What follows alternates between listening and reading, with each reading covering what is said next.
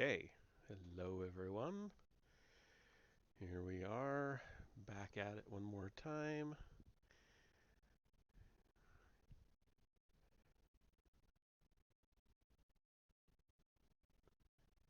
Doesn't really matter if the camera is clear. Nobody wants to look at my mug anyway. But here we go. So, we are continuing with Chapter 2 of Dawn of the Jedi Into the Void. Chapter uh, titled The Great Journey. And it begins with a quote from a temple master. In your early years, the flow of the Force might seem frightening, shocking. Find balance between its light and dark facets, and the flow will become a powerful stillness. Struggle against the Force, and your body rebels. Fight with the Force, and you have the universe on your side. Fight with the Force. That is Temple Master Fordana Stavkesh 10441 TYA. I'm forgetting what TYA stands for. But all right, starting into the chapter. 2 years, Lannery thinks. It'll be at least that long before I see mother and father again. But such is the training of a young journeyer. Their time at their time at Padawan Kesh over. Teenagers now, she and her brother Dal are embarking on their great journey, and they have returned home to say goodbye. Close to the sea on the southern coast of Masara lies Bodhi Temple and its surrounding settlement, her home since birth. Her parents are Jedi, and they teach at the temple, instructing young Force sensitives in the arts. Her mother specializes in music, prose, and poetry. Her father is a talented sculptor and artist. They made their own journeys years before Dal and Lannery were born. Indeed, they enjoy telling the story of how they met as journeyers, and they were both drawn to Bodhi, the Force exposing and celebrating their particular talents and strengths. Now it is time for Dal and Lannery to journey across Tython to the other Jedi temples, there to learn the ways of the Force. Science and combat, meditation and healing, the raw talents Lannery has now will be honed and practiced through the coming 2 years. She is excited and nervous, and when her mother calls her close and asks that they walk across the grassland until they are alone, she almost knows what to expect. It is a fine sunny day and the sky is clear. Tythus blazes above, giving them heat and light. The Force binds her and her surroundings together, and she wears her Jedi training sword on her hip. Though nervous, she is at peace, until her mother begins to speak.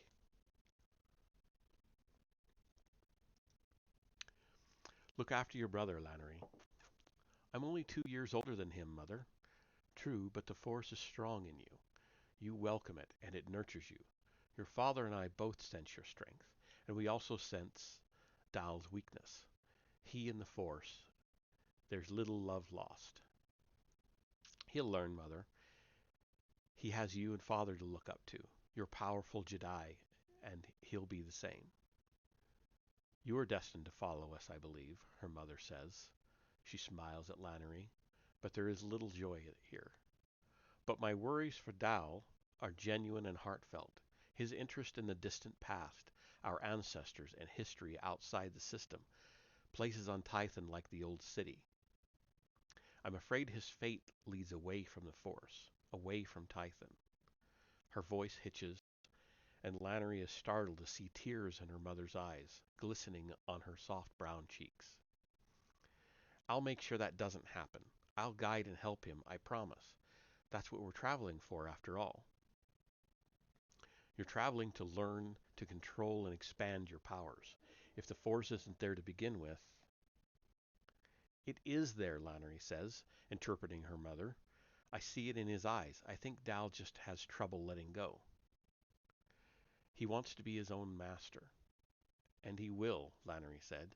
You know the teachings, Mother. The Force is neither light nor dark, master nor slave, but a balance between extremes.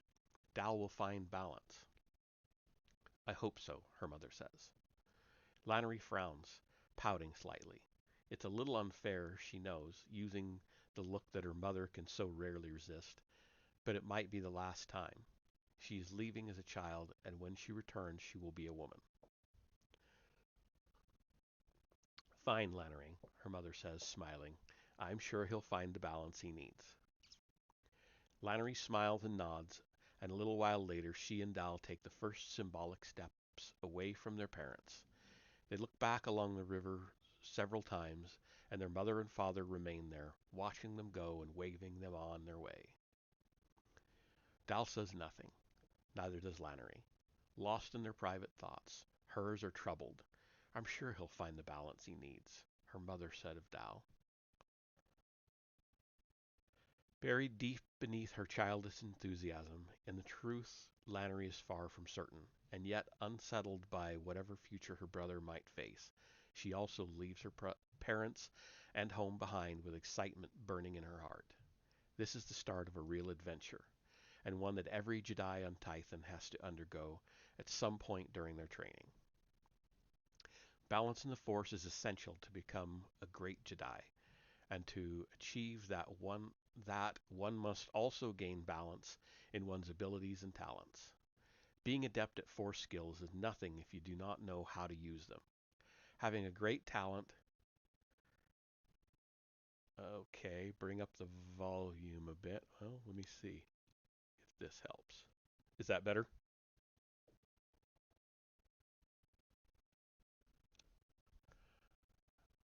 Having a great talent in channeling the Force through writing and art is fine, but if you cannot also protect yourself in combat, then you will never reach the heights of Jedi Master.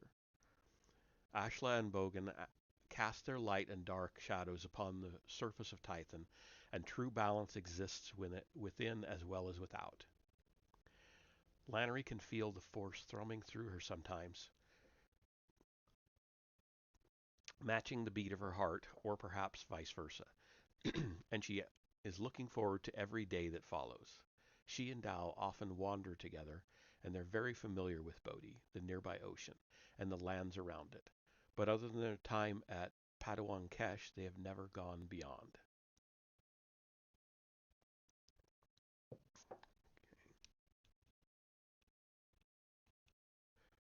The start of their journey will take them northwest across the large island continent of Masara to the other coast.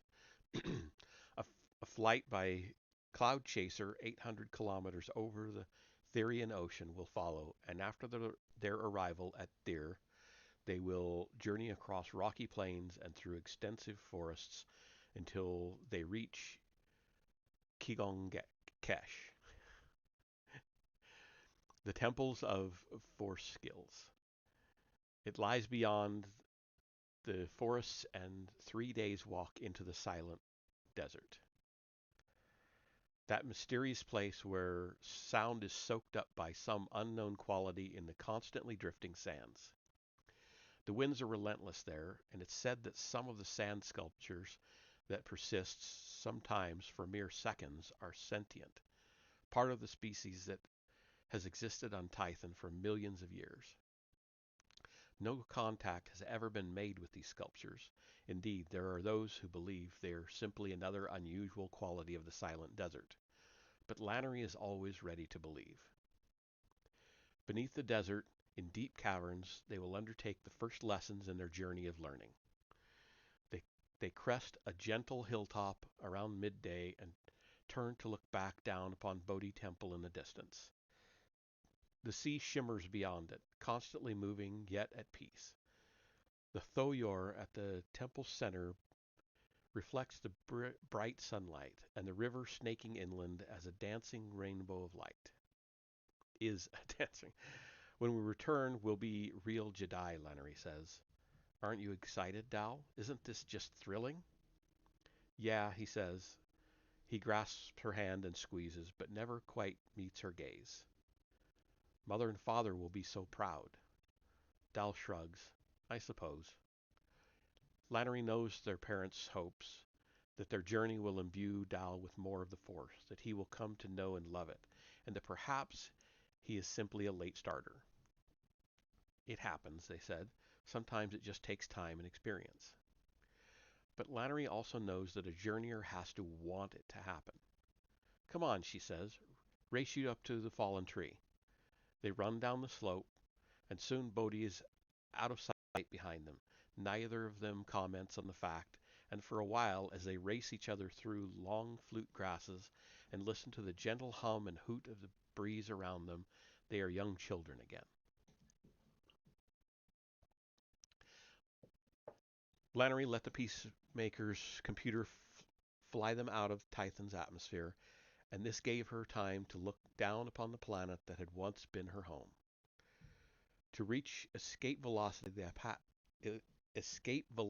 they passed over Tithon's largest continent, Tals, and even from this distance she could see the vast wound in the land that was the rift.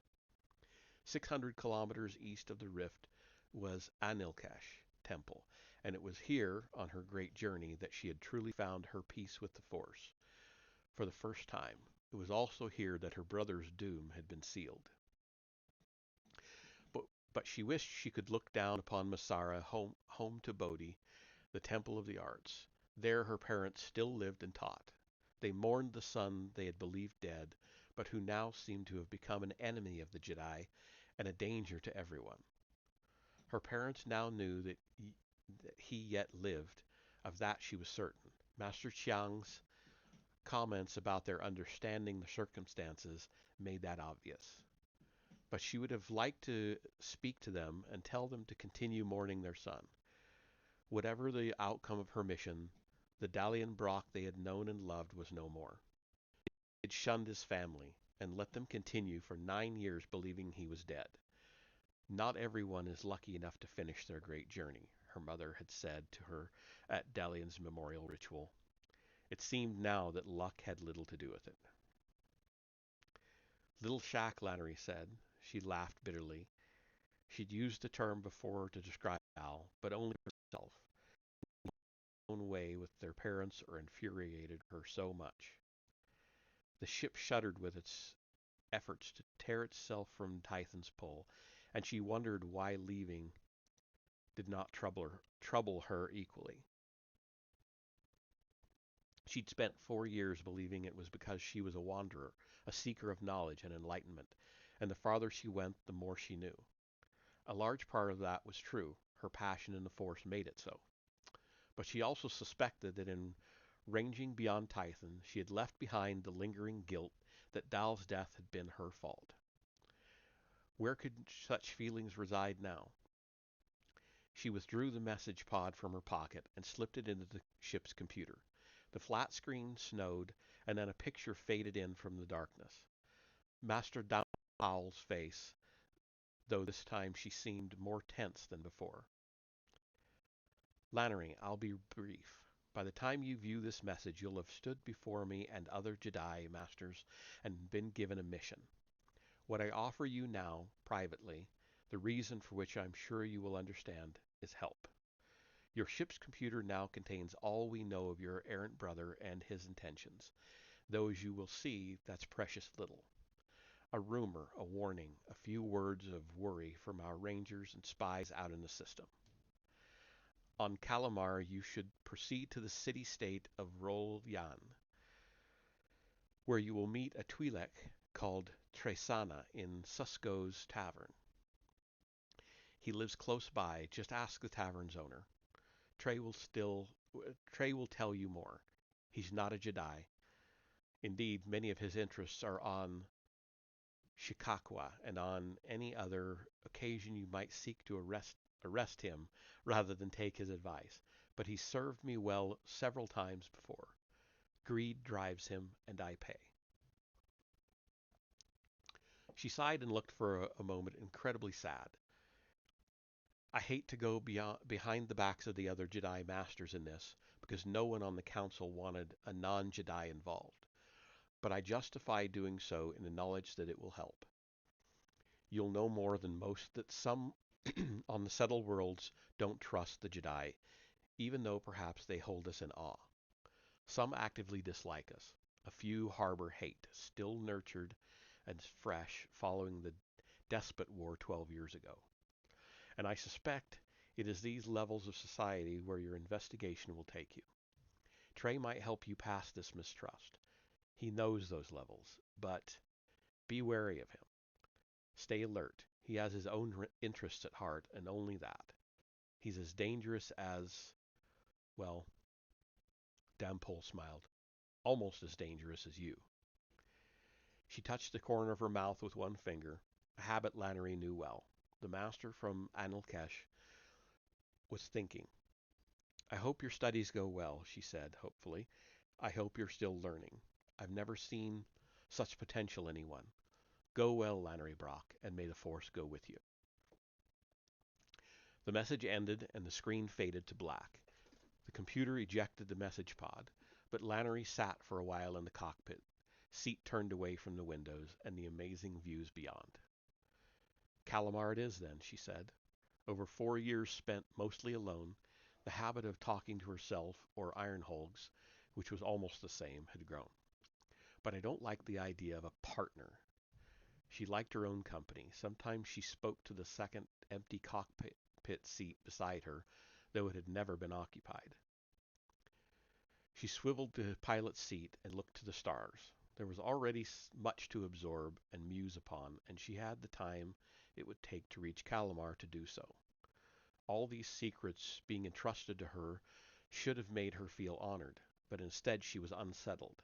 There was so much she still didn't know. After running through standard checks to ensure that her peacemaker was not being tracked or followed at a distance, being alone was more than habit, she turned to the flat screen once again. So let's see what all the masters wanted me to know. She lifted a keyboard onto her lap, tapped in some commands, and started to view the information that had been loaded into the ship's computer.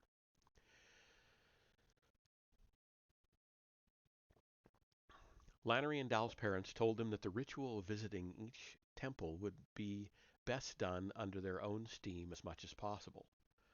Not for them the ease of a speeder or the comfort of a shire, one of the most common beasts of burden on Tython.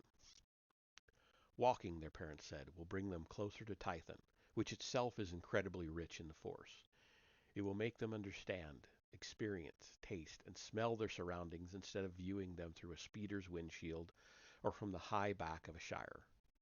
And sometimes it means there will be dangers to confront, dreadful dangers. 40 days and 2,400 kilometers from home on the strange continent of Tyr, they reach the expansive stark forests that lead eventually to the silent desert. The trees of these forests store water in pendulous, leathery sacs, useful to travelers and constantly refilled as the skeletal branches suck what moisture they can from the air. It is here that their lives are threatened for the first time. Tythus shines down on them, the weather neither too hot nor too cold. The going through the forest is gentle, and they are following a shallow stream that meanders lazily toward the desert some kilometers ahead. I'll harvest some apples for dinner, Dal says. I'll catch a rumbat to cook, Lannery says. And then a flight of hook-hawks swoops out of the high trees and attempts to hypnotize Dal and Lannery with their sweet song. Carnivores, these birds hunt in packs, singing their prey to a somnolent standstill and then tearing into eyeballs and throats with their wickedly hooked beaks and sharp talons. They hover in a rough circle around the brother and sister, wings beating a gentle rhythm, voice glands whistling and humming in practiced harmony. Their eyes are dark and intelligent, their claws shine. Lannery has heard about these creatures, but has never seen them before. She is terrified. Never has she faced such danger, and the knowledge that their lives are at risk strikes a heavy blow, and yet a thrill rushes through her as she thinks, this is what the great journey is all about. Quick, she says, down to the stream. What good will that do? Dal asks. She realizes that he is also afraid, and she feels a rush of protectiveness. The splash of water can sometimes smother their song. Really? Don't you listen to any of our lessons? She grabs Dal's hand and tugs, but already his eyes have taken on a hazy sheen, the corners of his mouth lifting in a lazy smile. Dal! I'm fine. A single hook hawk drifts down, slow and casual, still singing as it aims its claws for Dal's eyes. Lannery punches wildly, and in her panic she feels the force flailing within her.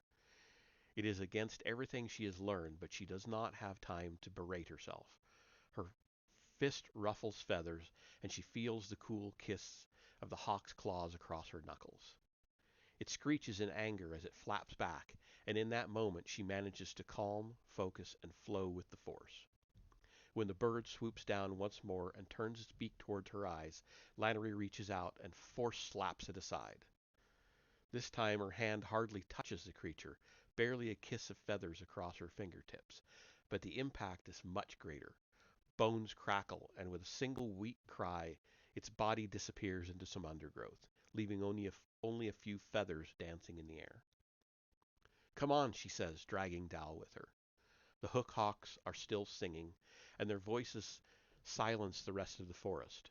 A cool cascade, a pleasing symphony, and though Lannery tries to close herself to their influence, she can feel a distance growing around her. She is dragging Dal along, and when he trips and falls, his hand is jerked from hers. She turns back, and her brother is lying on his back, smiling up at the stark forest canopy.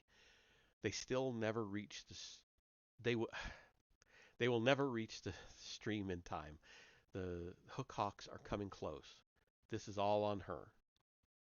Lannery feels like screaming in fury and fear, but instead she finds serenity and balance. She draws her consciousness inward and crouches, breathing deeply. Perhaps the Hookhawks see this as her succumbing to their charms, but they could not be more wrong. As the first of the birds swoop, Lannery stands and sends an air-splitting force punch their way. Two creatures are knocked from the sky with broken wings and ruptured innards, and a third is smashed into a tree trunk in an explosion of feathers. The surviving birds change their song to one of panic and fly up through the canopy and away. Lannery smiles at Dal, who is still shaking with fear. His eyes are distant. But they were so, he says, beautiful? A trick. They'd find beauty in your flowing blood and open flesh. Pleased that has protected them, yet wary of pride, Lannery helps Dal stand. Your hand, he says. It is bleeding. He tends his sister's wound silently, dripping in medicines from his rucksack that will clean the talon cuts. Then he wraps her hand in a bandage. All the while, Lannery listens for a return of the Hookhawks, and a small part of her wants them to come back. Her heart is beating fast, and she delights in her success, but the birds have finished hunting for the day. Dal leads the way through the diminishing forest, and as dusk starts to fall, they see the sparse desert landscape visible on the horizon. The edge of the forest leads down a gentle hillside, and the boundary between forest and desert is a gradual lessening of undergrowth, a greater spread of creeping sand. They pause for a while, filling their water canteens. As they move out into the desert, they are cocooned within a deep, encompassing silence. Lannery speaks her own name, and feels it only as a vibration in her chest and jaw. It is as if the desert does not wish to hear. She looks at Dal, and he is wide-eyed and afraid, and Lannery thinks, I have already saved him once.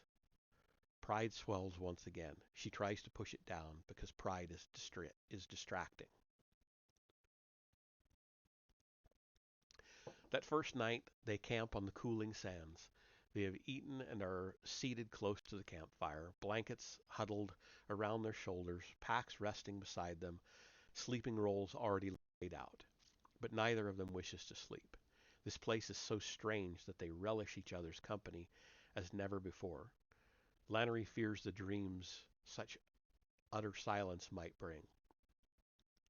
Reflecting on the fight with the Hookhawks, she stares across the fire and sees movement in the shadow beyond. Tensing, nudging Dal, she realizes that he is also alert to the movement. Lannery stands. Dal crouches. Firelight flickers from something, and a nightmare slashes into their camp. Silic lizards, she thinks. Rare but deadly, these silicon-based creatures absorb energy from the sand itself, but have been known to supplement their diets with mammalian spinal fluid. The size of a human adult, they are viciously spiked beasts, six-limbed and capable of charging on their hind legs. Encounters with them are often fatal. For some, silics are much prized hunting trophies. For the second time in half a day, they must face a terrible danger. Lannery is so shocked by its appearance that she freezes. Sparks scrape from its extremities as it lopes towards her. Its curved claws dig into the sand and splash up fleeting flames, and its mouth falls open to display crystalline teeth beyond counting. The complete silence of the attack is perhaps the most shocking aspect, and Lannery opens her mouth in a soundless scream. The lizard leaps across the fire, scattering burning brands around it and throwing up a confusion of sparks. Force punch, push it back, shove it back, Lannery thinks, but her instincts are petrified by disbelief, that she will die as soon after beginning her journey, victim of such a beast. A flash lights up the night, and the scattered campfire seems to erupt with new life. The terrifying creature twists and squirms away, slicing shadows with its limbs and slipping through them to safety. One heartbeat, it is there, the next gone, and Lannery turns a quick circle to try to see where the next attack will come from. Dal is holding his laser blaster. Its muzzle is still warm. No, she wants to say, but she is meant to protect him. Her limbs quiver in fright, and she starts to draw in her senses and balance herself within the force. The darkness beyond Dal sparkles with 100 dancing stars. Lannery opens her eyes wide as she tries to form a force punch, but her fear is still a barrier, seemingly muting the force as this desert mutes sound. Dal crouches and spins, alerted by Lannery's reaction, and the night is lit by 3 blaster bolts in quick succession. The Silic lizard spins a full circle as it powers from the darkness. It hits the ground close enough for Lannery to kick. Dal's gunfire and the creature's fall are silent. Her brother is still aiming the weapon at the lizard. He's shaking slightly, his eyes wide as if he can't quite believe what he's done. It is an old weapon, bequeathed to him by his grandfather, and Lannery has always dismissed it as clumsy and unreliable compared to the Force. Now, though, it has saved them both. The lizard's head hangs by a thread. Its blood is dust. She embraces Dal and tries to speak into his ear, "Thank you." Even as she does so, she is troubled and ashamed at her hesitation. Perhaps after the Hook Hawks, she was too confident in her abilities. Misplaced pride has no place in the heart of a true Jedi. They drag the Silic lizard away from the camp and bury it to prevent interest from carrion creatures. The burial is silent, even the shush of sand between their fingers unheard. Before sand covers its face, the beast stares past him at the glorious night sky with violet eyes. 40 days out from home, not having even reached the first temple, and already their lives have twice been endangered. Lannery thinks of the long journey still ahead, the perils they will face, the distances they will travel on water, in the air, and largely on foot. For the first time since leaving her parents, she wishes for home.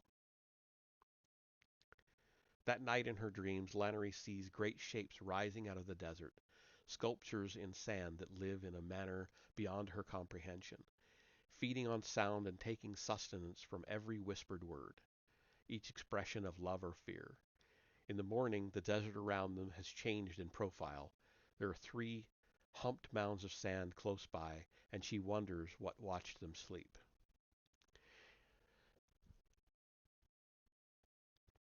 They march hard for the next 2 days. In the afternoon of their 3rd day in the desert, they see curved rock spires rising from the landscape far ahead, and know that they mark the location of Kigonkesh. Lannery feels a rush of excitement, but she has also seen the hollows about this place. As the desert steals sound, so its dry, scorching atmosphere also muddles distance. The temple could still be another 4 days away. They walk on, traveling by day, camping by night, watchful for danger and barely sleeping. When they arrive at last, they are tired, hungry, disoriented. The silence has become a great weight crushing them down. Even communicating by sign language is an effort, and for the last 2 days, Lannery has felt so alone, even with her brothers constantly by her side. But the sight of the giant rock spires and the mysterious Thoyor floating beyond them brings a sense of anticipation. We're here at last, Lannery thinks. Kigonkesh. The temple is below ground in a network of natural tunnels and caverns.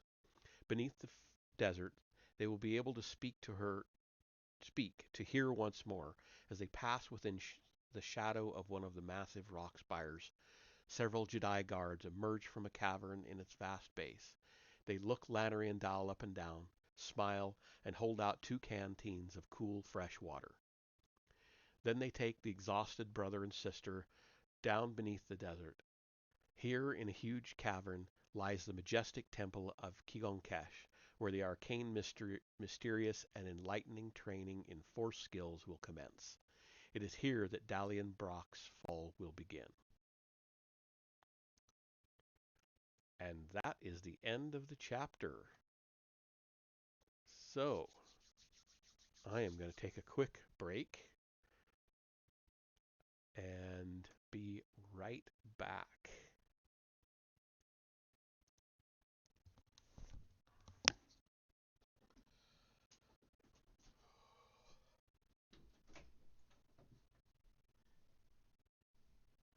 Better? Yeah. That one word in there, I think they don't Chico. I don't say Chico.